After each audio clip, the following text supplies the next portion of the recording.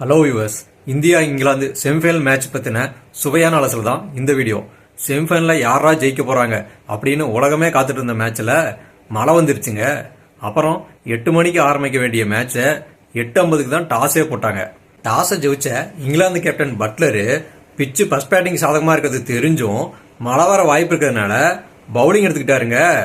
ஏன்னா second batting ஆடணும்னா suppose மழை நேரம் ஓவர் குறைச்சாங்கன்னா அந்த ஓவருக்கு ஏற்ற மாதிரி பிளான் பண்ணி ஆடிக்கலாம். அல்லது ஒருவேளை செகண்ட் பேட்டிங் ஆடும்போது மழை நேரம் போட்டி கைவிட வேண்டிய நிலைமை வந்துச்சுன்னா டக்வொர்த் லூயிஸ் முறைப்படி எவ்வளவு விக்கெட்டு ரன் இருந்தா ஜெயிக்கலாமோ அதுக்கு தகுந்த மாதிரி பிளான் பண்ணி ஆடிக்கலாம். ஆனா அவரு போட்ட கணக்கு நடக்கல. மேட்ச் ஆரம்பிச்ச பின்னாடி ஒரே ஒரு வாட்டி தான் மழை குறுக்கிட்டுச்சு. ஆனா அந்த மழைனால ஓவர்லாம் எதுவுமே குறைக்கல. அதனால பட்லர் எடுத்த அந்த முடிவு இந்தியாவுக்கு சாதகமா அமைஞ்சிருச்சு. ஓப்பனிங் இறங்கின ரோஹித் சர்மா அடிச்சாட ட்ரை பண்ணாரு. ஒரு சில பால் எட்ஜ் வாங்குச்சு. நிறைய லோ பவுன்ஸ் வந்துச்சுங்க. ஷார்ட் பால் போட்டா ஷோல்டருக்கு தலைக்கு வர வேண்டிய பந்தெல்லாம் முட்டி ஹைட்டுக்கு வந்துச்சுங்க.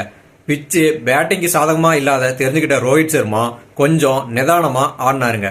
கோலியோட பேட்டிங்ல தடுமாற்றம் தெரிஞ்சதுங்க. ஒரு பந்தை எப்படி ஆடணும் அப்படிங்கிறத விராட் கோலியோட இந்த தொடருக்கு முந்தைய பேட்டிங் எல்லாம் பார்த்து தெரிஞ்சுக்கலாம். ஆனா இந்த தொடர்ல விராட் கோலி நிறைய தவறான ஷாட்ஸ் ஆடுறாருங்க.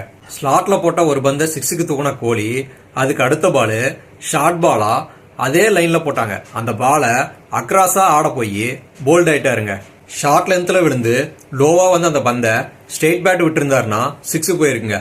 ஆனா அக்ராஸ் ஆடி அவுட் ஆயிட்டாருங்க. அதுக்கப்புறம் வந்த ரிஷப் பண்ட்டும் கொஞ்ச நேரத்துல அவுட் ஆயிட்டாருங்க. ஆனா ரோஹித் சர்மா மட்டும் அப்போதைக்கப்ப பவுண்டரி அடிச்சு ஸ்கோரை உயர்த்திட்டு இருந்தாருங்க. ரோஹித் சர்மாவும் சூரியகுமார் யாதவும் நல்லா ஆடிட்டு இருந்தாங்க.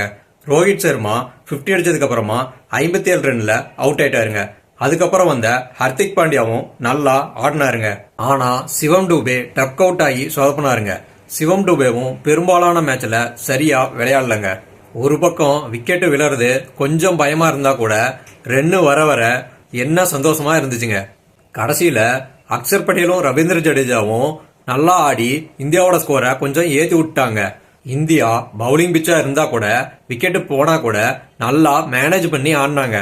அதாவது ஒரேடியா விக்கெட்டை விடாம அதே சமயத்துல ரன்னும் அடிச்சுக்கிட்டு நல்லா ஆடினாங்க. இந்த பிச்சில் 150 நல்ல ஸ்கோர்னு தோணுச்சுங்க.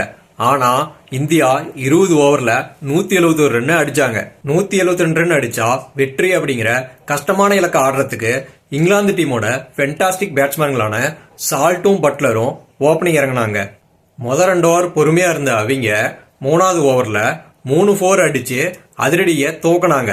இது வேலைக்காகாதுன்னு புரிஞ்சுக்கிட்ட ரோஹித் சர்மா அடுத்த ஓவரு அக்சர் பட்டேலுக்கு கொடுத்தாருங்க.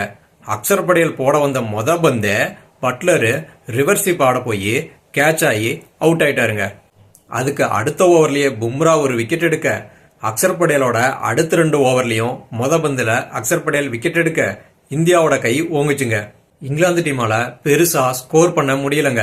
அவங்க ஓவருக்கு சராசரியா 6 ரன் தாங்க அடிக்க முடிஞ்சது. ஆனா செமிஃபைனல் ஆச்சே, அடிச்சுதான் ஆகணும். அப்புறம் அடிக்க போய் கொஞ்சம் கொஞ்சமா எல்லா விக்கெட்டையும் விட்டாங்க. பிச்சு லோ பவுன்ஸ் ஆகுறத குல்தீப் யாதவ், அக்சர் பட்டேல், பும்ரா இவங்கெல்லாம் ரொம்ப சரியா பயன்படுத்திக்கிட்டாங்க. இங்கிலாந்தோட கடைசி நம்பிக்கையாவும் நல்ல பேட்ஸ்மேனுமான லிவிங்ஸ்டன் போய் ரன் அவுட் ஆயிட்டாருங்க. அப்புறம் என்னங்க, 16.4 ஓவர்ல 103 ரன்னுக்கு இங்கிலாந்து ஆல் அவுட் ஆயிட்டாங்க. இந்தியா பேட்டிங் ஆடும்போது ரன் வர வர சந்தோஷமா இருந்துச்சு. இந்தியா பந்து போடும்போது விக்கெட் விழ சந்தோஷமா இருந்துச்சு. டிஃபெண்டிங் சாம்பியனான இங்கிலாந்த வீட்டுக்கு அனுப்பிட்டு கெத்தா ஃபைனலுக்குள்ள நுழைஞ்சது இந்தியா. ஃபைனல்ல முறையா கப்பு தூக்குமா சவுத் ஆப்பிரிக்கா அல்லது 2வது முறையா கப்பு தூக்குமா இந்தியா அப்படின்னு பொறுத்திருந்து பார்க்கலாம். இந்த வீடியோ பிடிச்சிருந்தா லைக் பண்ணுங்க, ஷேர் பண்ணுங்க, சேனலை சப்ஸ்கிரைப் பண்ணுங்க.